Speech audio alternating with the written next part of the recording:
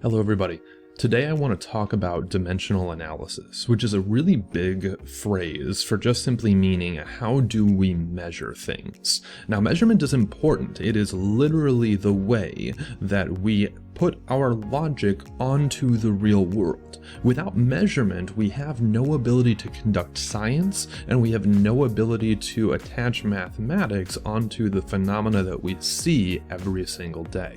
So I've started with a quote here by Lord Kelvin, a very famous physicist who developed his own thermometer scale that is known as the Kelvin Scale. That is one of the most popular scales used by physicists today. And the quote is, "To measure is to know." And I find this very powerful because without measurement, we don't have an ability to relate to the real world.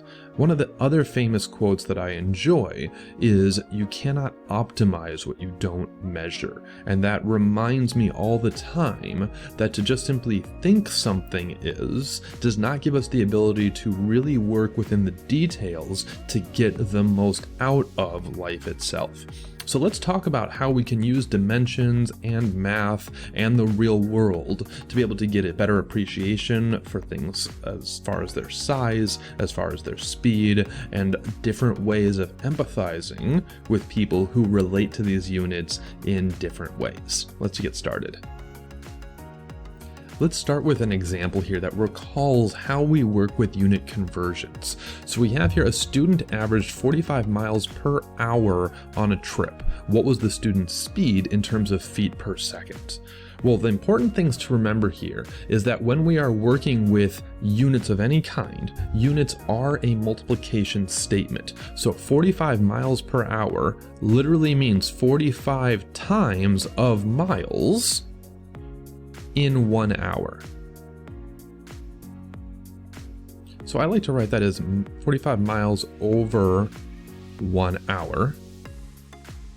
And the 45 miles, recall, is just simply us saying here's a mile, there's another mile, and another mile we've traveled, and there's going to be 45 of those that we have. So we have 45 times of these miles that are happening in 1 hour. So I like to write that using some symbolic math as saying 45 miles, there's a little hidden multiplication symbol between the 45 and the miles, so that's 45 times of miles over 1 hour, over 1 hour. Now this is a truth. This is a truth of the phrase. We can't change this meaning without changing the truth that it holds. So all we want to do here is not change this, but we want to change its appearance.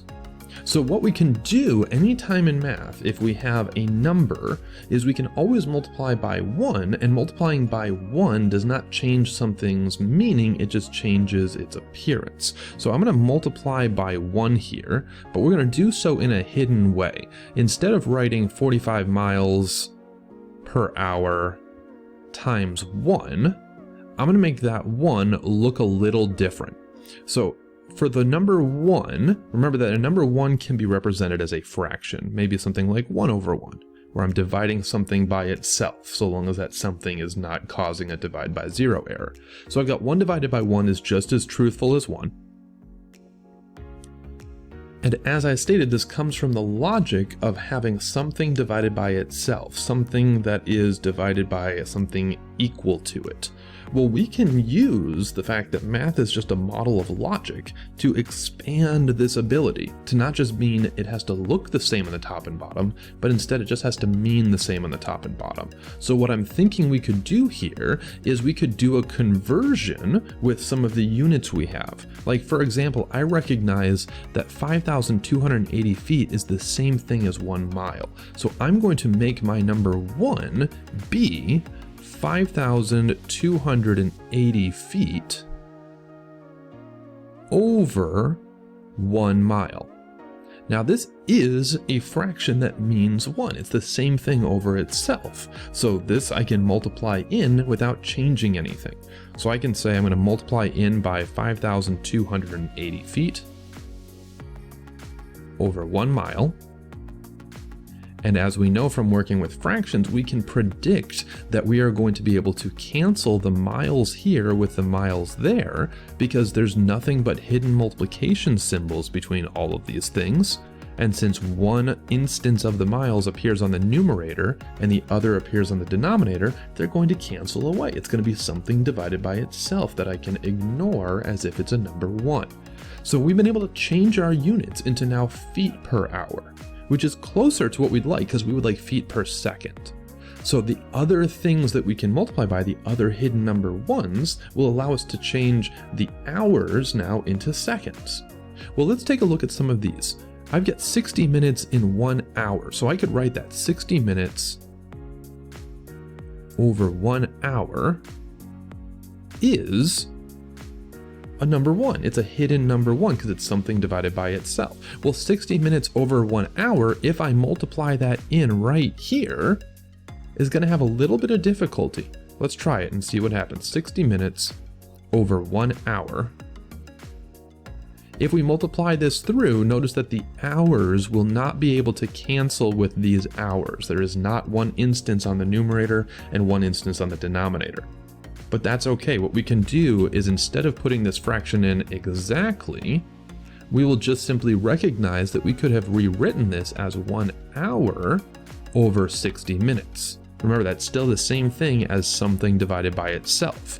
And if I put that in instead, now I've got an orientation, an organization that will allow me to cancel those hours away. So I have 60 minutes on the denominator and 1 hour on the numerator. Now I can predict that those hours will cancel away. And that will leave me with, it looks like, the units of feet, which I want, and minutes, which is not exactly what I want, but I can use it to get to seconds. So we have another relationship here, which I can put into my equation by recognizing that I need to put the minutes on the numerator so that they cancel away. And I need to put the equivalent of 1 minute on the denominator, which I'm going to write as 60 seconds. So notice that now I have the ability to cancel the minutes and the minutes. I have done nothing in this entire problem except for multiply by 1. So I get to put equal signs that say that the thing at the very beginning, the 45 miles per hour, is just the exact same thing as the units of feet per second that I'm going to be able to get. If we multiply this all the way through, 45 miles times 5,280 feet times 1, we're going to get a number that has feet for its units. On the denominator, we have 1 times 1 times 60 times 60, and that's going to get us something with the units of seconds. So we'll pull out our calculator and we'll type this away. Now, when I use my calculator to do all that multiplication, I get 237,600 feet on the numerator, and on the denominator, I get 3,600 seconds.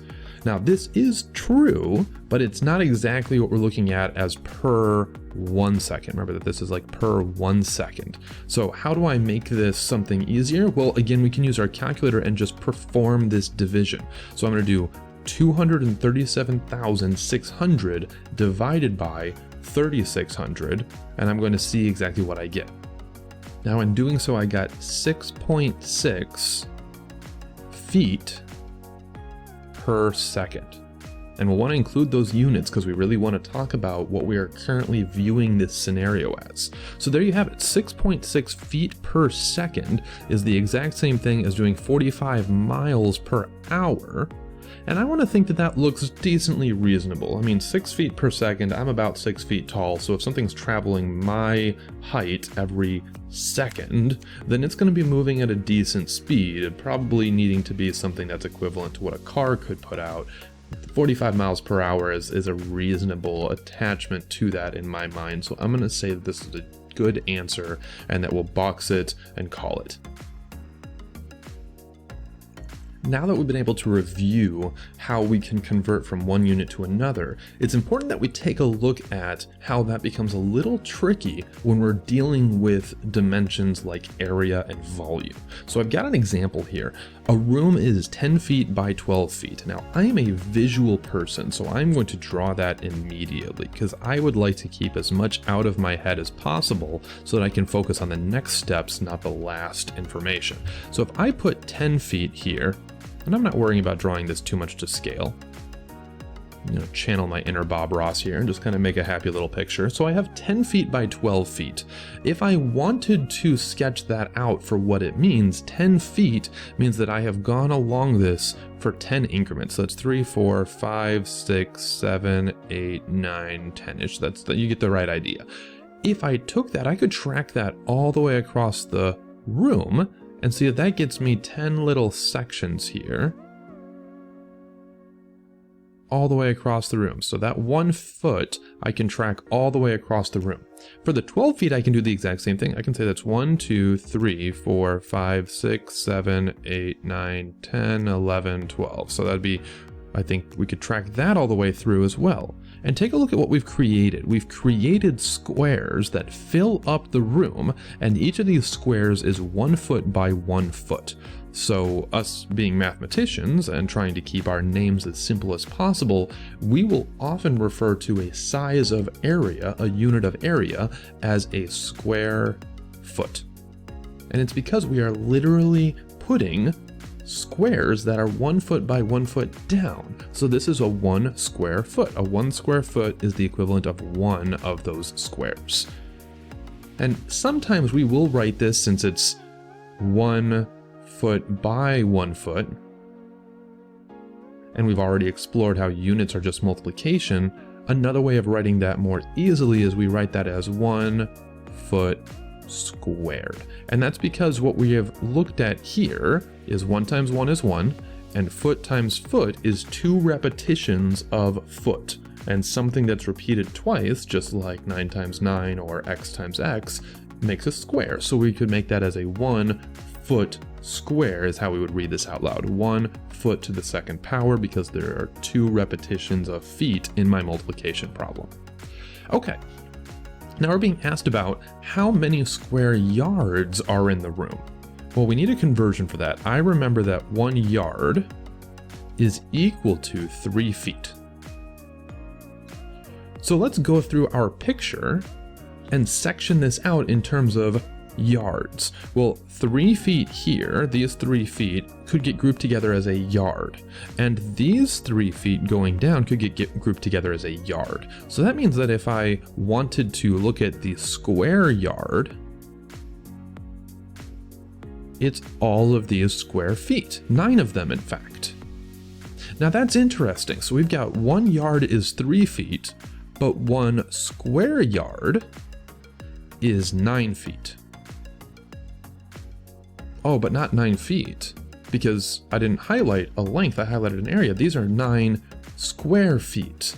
9 squares that were foot by foot made up 1 square that's a yard by yard. Well, I think we've found a pattern that helps us do this math. What we've done is we have literally taken these things and multiplied them. So we have the 3 feet had to get multiplied by another 3 feet to create 9 square feet, because those were the dimensions. Let's do a little model over here. So we literally took where we had 1, 2, 3 going across and 3 going down, and used all of those, that 3 by 3, to create 1 square yard. And that gives us insight into how we can do conversions when they're dealing with dimensions. We have to keep track of the fact that area is going to always be a length times a width. So if we're talking about a square area, it's always going to be a length times the same length. Okay, so I think we've got enough insight to now begin our problem. If we go through and highlight this all the way through, making these square yards nice and apparent, I think we're going to have about 3 going down with a little extra.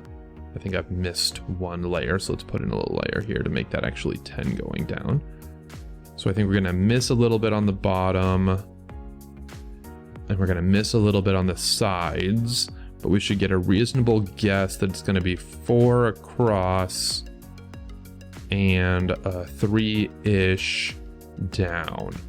Okay, so that would mean a total of 12, a little more than 12 square yards should be our answer. Let's see how we can work some of the more particular details using algebra. So I'm going to restart this problem and we're going to approach it from an algebra perspective, an equation perspective, now that we have the insight from this. So we have a room that is 12 feet by 10 feet. So I can write that off to the side real quick as saying, okay, then I've got an area. An area is going to be length times width. And in this situation, my length was 10 feet. I'll include the units. And my width was 12 feet. I'll include the units. So that if I was to count every single square, and you can do this by drawing it out, every single square, there should be 12 groups of 10 or 10 groups of 12, giving me 120 squares that are each 1 foot by 1 foot. So that's 120 square feet is the area of this room. Okay, now we've got how many square yards are in the room. Well, I'm going to start with my truth. My truth is I have 120 square feet. And I'm going to recall that 12 feet were in, no, excuse me, 3 feet. 3 feet were in 1 yard.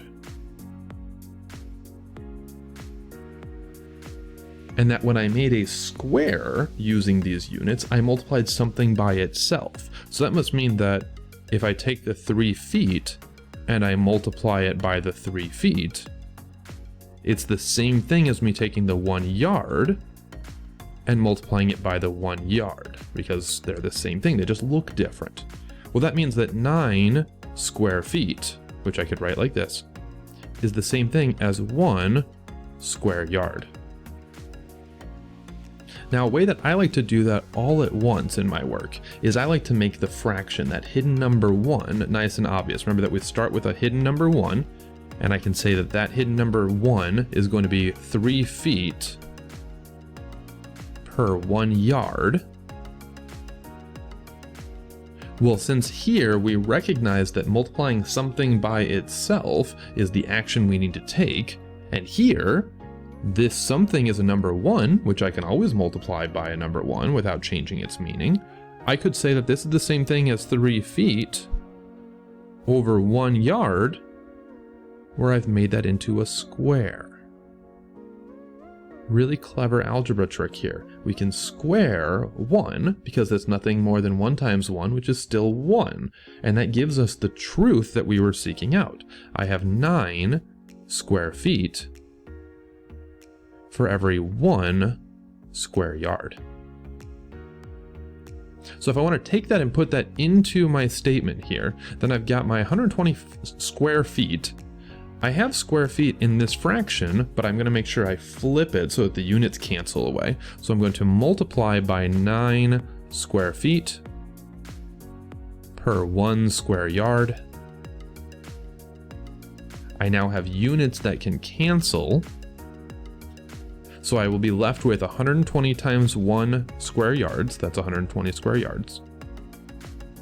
And on the denominator I have 1 times 9, which will just be 9.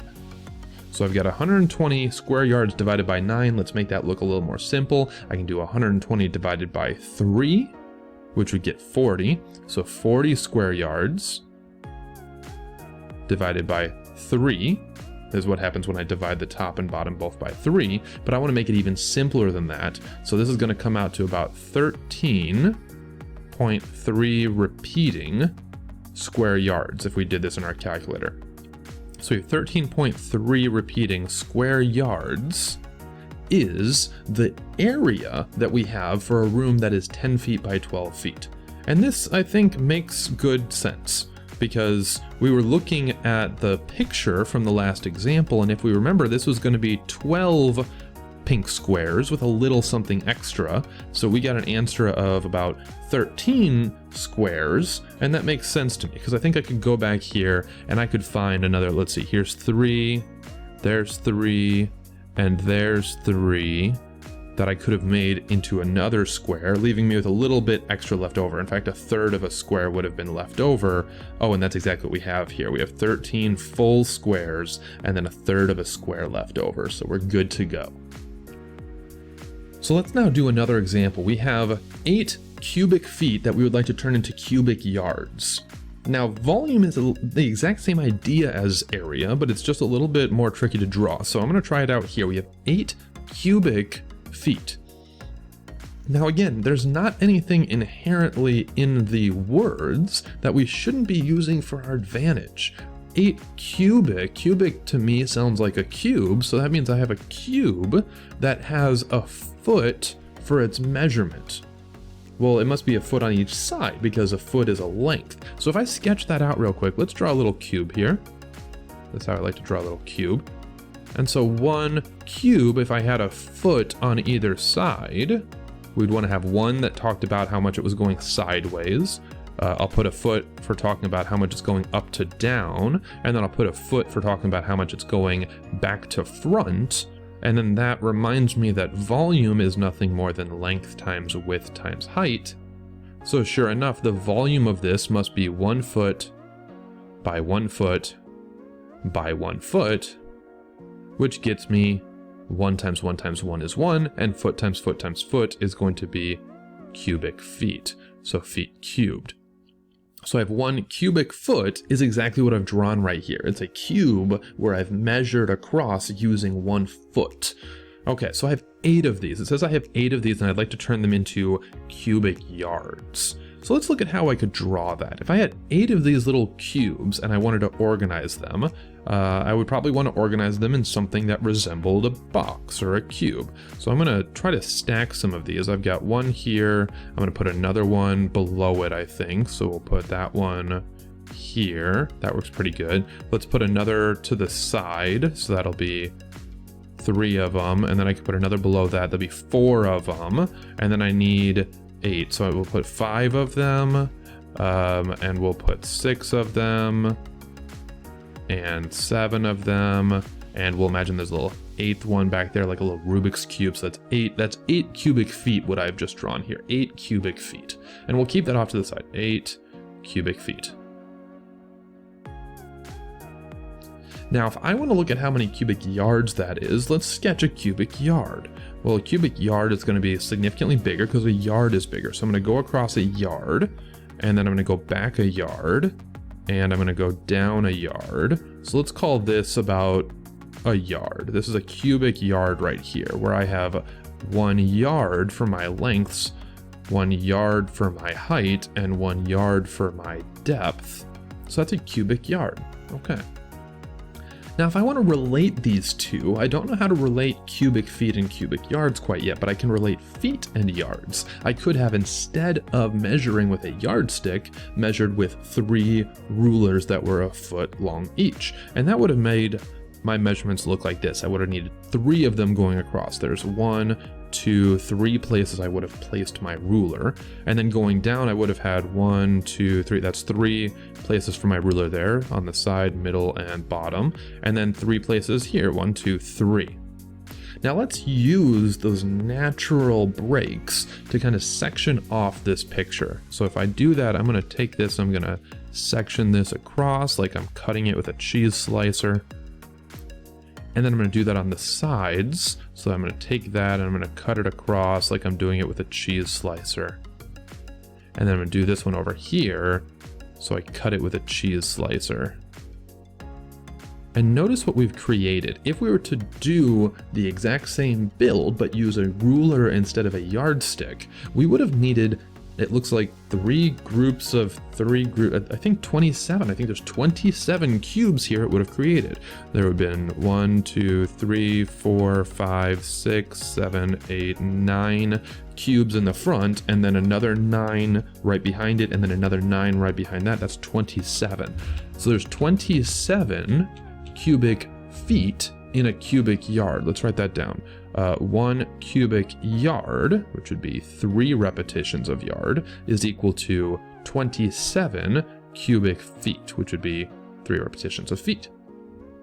Well, notice that this is the same conversion as what we had been using for the other example with area. We started with 1 yard and recognized that's the same thing as 3 feet. And we can always take this, which is a number 1, a hidden number 1, something divided by itself. We can take this and we can multiply it by itself and still get 1, and multiply it by itself again and still get 1. So we could use this and just simply multiply it by itself 3 times. That gets me 1 yard times 1 yard times 1 yard over 3 feet times 3 feet times 3 feet, which is going to get me 1 cubic yard is equal to, oh, I'll put a 3, not a 2. There's 3 repetitions. And then there'd be 3 times 3 times 3 is 27. And then feet times feet times feet would be cubic feet. So we have a conversion factor now. 1 cubic yard can convert us to 27 cubic feet.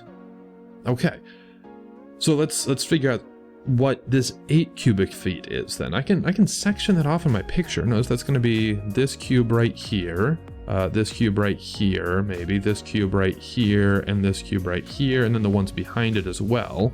So if I was going to guess how much space that took up, it looks like it's taking up about a fourth, maybe a third, somewhere around there. So let's just keep that in the back of our mind as we do this conversion. We're now starting with 8 cubic feet. This is what we were given in the problem. We are multiplying this by a relationship between feet and yards. And I'm going to put the feet on the bottom. So it's 3 feet per 1 yard. But before I do that multiplication, I need to make the units match. So I'm going to take this entire fraction and turn it from a relationship of length into a relationship of volume. I'm going to cube it. I'm going to make those dimensions multiply by each other. So that's going to give me, let's see, 8 cubic feet times 1 cubic yard, because the ones times each other are going to get 1 and the yards times each other are going to get 3 repetitions of yards. And then in the denominator, we have 3 times 3 times 3 is 27. And we have feet times feet times feet is cubic feet. So I can then say that multiplying this straight across, we're going to have a cancellation of the cubic feet. That gets me 8 cubic yards over 27, no unit. And if we work that through in our calculator, let's see what we get. I'm going to pull up a little calculator here. So we're going to get 8 divided by 27, and remember we're thinking this is going to be something around a quarter or a third, and it looks like we get 0.29, 0.3-ish, which is exactly where we would want it to be, right? That's about a little higher than a quarter, which would be 0.25, and less than a third, which would be 0.3 repeating. So this is going to be 0.3 cubic yards. That's going to be the answer we get when we converted from cubic feet to cubic yards. So what do we need to include in our work if we're going to show our instructor everything? Well, I would say at minimum we need to include this, right? Where we are starting off with the truth from the statement. We are using a relationship that we know to be true and showing how we used that relationship to create a new relationship with volume. Once we've got those relationships, it's just canceling of units and organizing our work so that we change the meaning, change the appearance of our measurement without changing the meaning. So let's do an example here where we tie together everything we've used and we try to do so as quickly and elegantly as possible. So we have an example here. A cargo container is 50 feet long, 10 feet wide, and 8 feet tall. Now we don't have to draw pictures, but I'm a big fan of drawing pictures whenever I have the opportunity to remove things from my mind. It helps me focus on where we're going next, not on what we've already explored. So I'm going to sketch out a little picture here. We've got 50 feet long, so I'll put that in. 50 feet, and then 10 feet wide, I'll put that in. And then I've got 8 feet tall, I'll put that in. So my volume is going to be the many repetitions, the many layers that all of this creates when I multiply. So that's going to be 50 feet. Well, let's just, if we want, maybe reference the original equation. Length times width times height. And then we can say that's going to be 50 feet times 10 feet times 8 feet. As for the units, we have 3 repetitions of feet. Feet times feet times feet. So we're going to write that as feet repeated 3 times, or cubic feet. Either one is fine. So this is a truth. We want to hold on to this. It is something that we have worked on, that we are now going to use when we convert it to different perspectives. So we have 4,000 cubic feet, and we are now going to try to find that volume in cubic yards. Well, we can remember that a yard is equal to 3 feet. So we'll use that to make a hidden number 1. Watch how we do that. We start with the 4,000 cubic feet. We know we want to convert from feet to yards, or more specifically from cubic feet to cubic yards. So we're going to multiply that by a hidden number 1. 1 yard is 3 feet. But to make the cubic, we're going to multiply this hidden number 1 by itself a few times. It's not going to change the meaning, it's just going to change the appearance. So we now have 4,000 cubic feet times 1 times 1 times 1 will be 1. Yards repeated 3 times will be cubic yards. And on the denominator, we'll have 3 times itself 3 times is going to be 27. And feet times itself 3 times is going to be cubic feet. Now we have a conversion where we can do this multiplication. The cubic feet will cancel with the cubic feet, and that will leave me with units of yards. And then I have 4,000 times 1 is just 4,000, and then divided by 27. So now let's go ahead and pull over our calculator and let it do some heavy lifting for us. We got 4,000 divided by 27, and that's going to come out to 148.1, and we'll round up to 5. So 148.15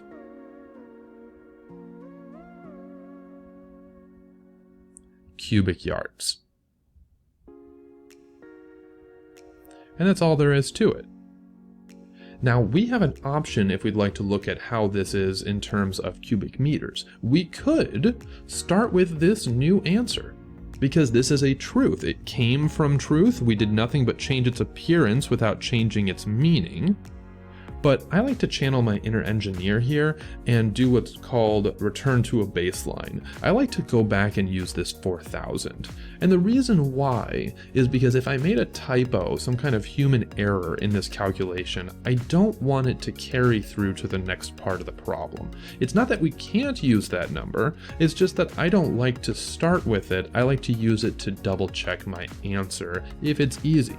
So instead of using this new 148.15, I'm going to go back to using the 4,000.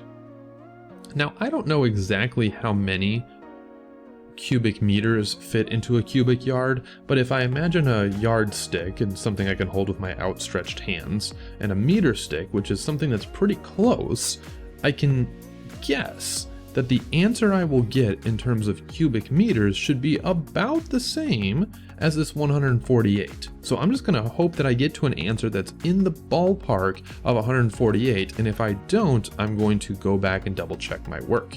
So we have 4,000 cubic feet. We'll make that into a fraction so we can support our unit conversions. And I have a fact up here that says 3.28 feet is equal to 1 meter. So I'm going to put the meters on the numerator, and I'm going to put the 3.28 feet on the denominator, so that I can then cube this relationship and get something that is talking about volume. So I have 4,000 cubic feet divided by 1 times the 1 meter multiplied by itself 3 times will be 1 and then cubic meter. And then the 3.28, let's go ahead and pull over our calculator to do that heavy lifting. We'll do 3.28 times 3.28 times 3.28. And that will get 35.29. So 35.29. Now, I am not going to erase my calculator. I'm going to keep that number there, 35.29. This would be cubic feet. I'm going to keep that number in there because although I didn't write down every decimal on my paper, I'm going to use every decimal in my calculator to help me get the most exact answer. So we are now going to multiply on through. The units will cancel away. 4,000 times 1 will be 4,000 cubic meters. On the denominator, we'll have 1 times 35.29 with no units. That's just 35.29. And again, I can bring over my calculator now and I can use it to help me out. So I've got the 35.287 over here that I'm going to use as a reference, and I'm now going to do all of this division. So remember, we've got 4,000 that we are dividing by this. So I'm going to, in my calculator, do 4,000 divided by 35.28, and I'm going to use the exact thing I've got in my calculator here, 287,552. Now, I don't know if that decimal is exact. It's definitely better than what I have on my paper, so I'm going to try to use everything to my advantage, and that gets me an answer of 113.35. So 113.35, 113.35, and the units would be that cubic meters. So I'm going to write that down here, cubic meters.